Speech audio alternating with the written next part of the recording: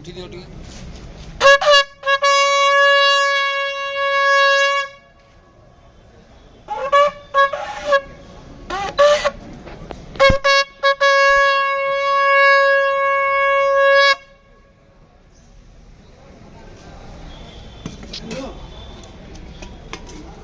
ये सुनो ना डेढ़ माह की कोशिश ये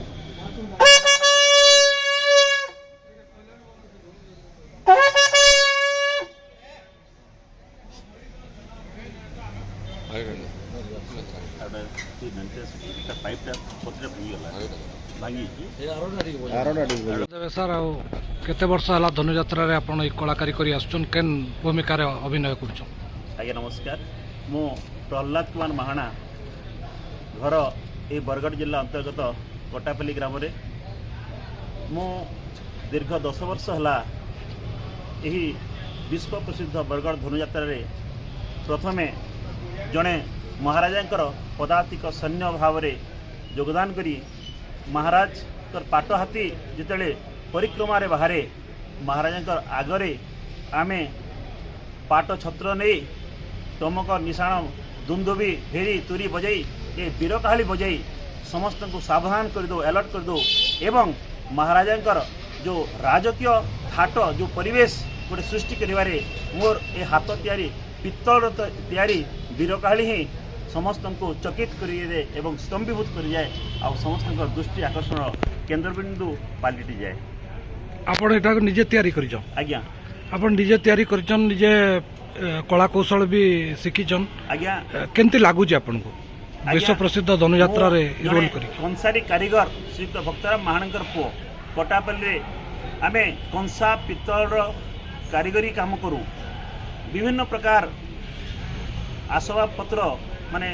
थाली थालिया गिना तास्क बैठी रामसेई कढ़ई डालिया ये सब तैयारी करी आम परिवार प्रतिपोषण करते आमर वंशधर माने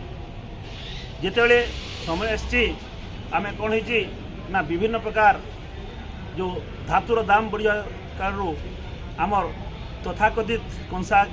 खुरीकिना जो आम कहे आ लोक व्यवहार करूना तेणु सरकार के सहित लड़े करी सरकार सहित तमें आम प्रस्ताव रखिलु जे आम कौन कले आमर गोटे जीविका बंचई पार तेणु सरकार माने व्यवस्था क्रमे मु सबु कारीगर मानकर पई गोटे आईडी कार्ड बनई सरकार विभिन्न स्कीम गुड़ाक कारीगर मानकर पहुँचाऊँगी सरकार जहाँ सबू माने हस्तशिल्पर विकास निमंते माने प्रदर्शनी आसे मु गाँव रे आमर कारीगर भाई मान द्वारा तैयारी होता कंसा पितल को लेकिन देश विदेश तो नुहे भारतर विभिन्न बड़ बड़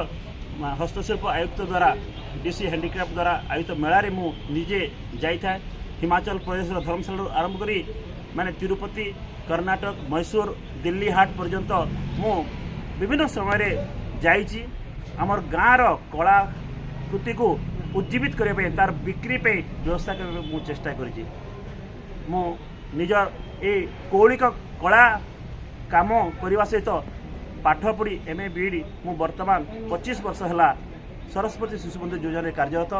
कोटापल्ली गाँव गोटे छोटिया विद्यालय सरस्वती शिशु मंदिर आरंभ करी रेमुंडा कुचिंडा भटली 10 वर्ष काम कलापर एवं बरगढ़ 10 वर्ष है कम कर दीर्घ 10 वर्ष है ये धनुजात्रा सहित पूर्णांग भाव मुझे जड़ित अच्छी प्रथमे बीरी काहाली पादन कली सेनापति भाव में तापरे से वर्ष मान्य श्रीयुक्त आमर जो अशोक बेहरा आज्ञा अनुरोध क्रमे मु प्रथमे बकासुर भूमिका यही मंच रे अभिनय आरंभ करी तापरे बकासुर भाव जिते मु कृष्ण को मारे जाइली मथुरा रू गोपपुर को गोपपुर मोर कला आकृष्ट हो माननीय श्रीयुक्त रवींद्र पुजारी आज्ञा बहुत खुशी हेले और से वर्ष कहले प्रहलाद तुम्हें तो बकासुर भूमि अभिनय सारी दीज एवं तुम आउ गोटे भूमिका आम कौन सी आह्वान को चैलेंज को स्वीकार करवा ये गोटे मोर पिलादिन ये मोर व्यक्तिगत से बकासुर भूमिका टे आपन टे कहू आपन डायलॉग टे कहू जितेबले महाराज कंसंकर माने मर्माहत होती जे कृष्ण कृष्ण कृष्ण किए से कृष्ण जे कि महाराज को व्यस्त विव्रत कर दे से अनन्य उपाय हुई से तांको नारद मुनि